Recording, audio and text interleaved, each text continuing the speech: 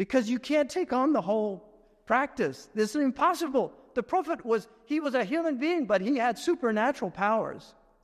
He could see, he saw 12 stars in Thuraya. You can only see 8 if you have really good eyesight. They're called the 7 sisters. He saw 12 according to the hadith. If you look, just Google it and you can see Thuraya, a close-up shot of it. Count the big stars in it, there's 12. So the Prophet ﷺ saw 12 stars in Thuraya. The best eyesight sees 8. He had the vision. He never went out to sight the moon.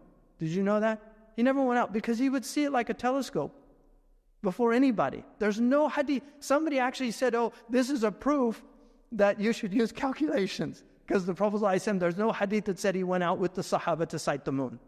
No, because he would have seen it before you could see it with a human eye. Because he saw it behind him.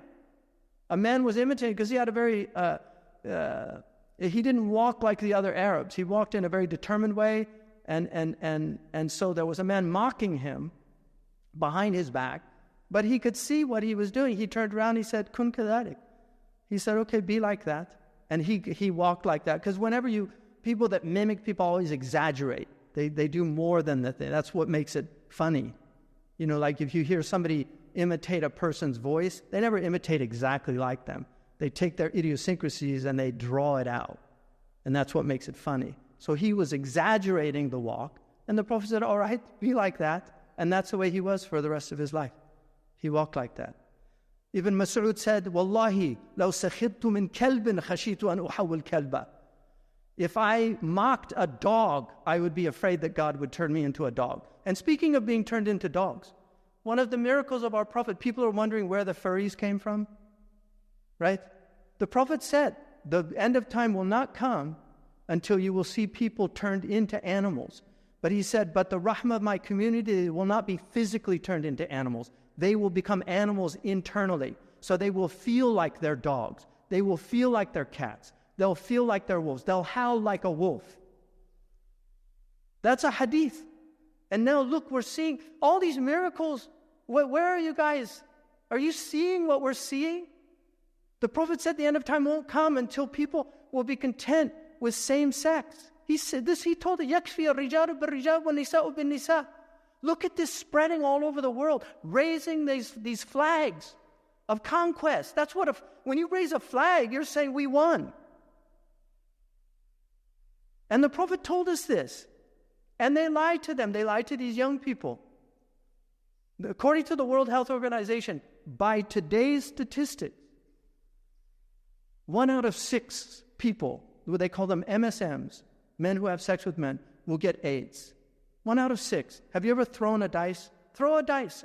Keep throwing it. See how many times 1 and 6 come up. Those aren't good odds. 1 out of 6. How could you promote that? How could you promote that lifestyle? But there's not just sexually transmitted diseases. There's spiritually transmitted diseases. What about all the spiritual destruction that these activities, promiscuity, whether it's heterosexual or homosexual, what happens to people? So why are we protected? Because Allah gave us knowledge. Allah gave us knowledge. لا تقربوا الزنا. لا تقربوا الزنا. إنه كانت فاحشة وساءت سبيلا. It's a foul thing. And it leads to a terrible end. One said in studying 86 civilizations that whenever sexuality was unleashed on a people, within 3 generations, they lost faith, family, and rationality.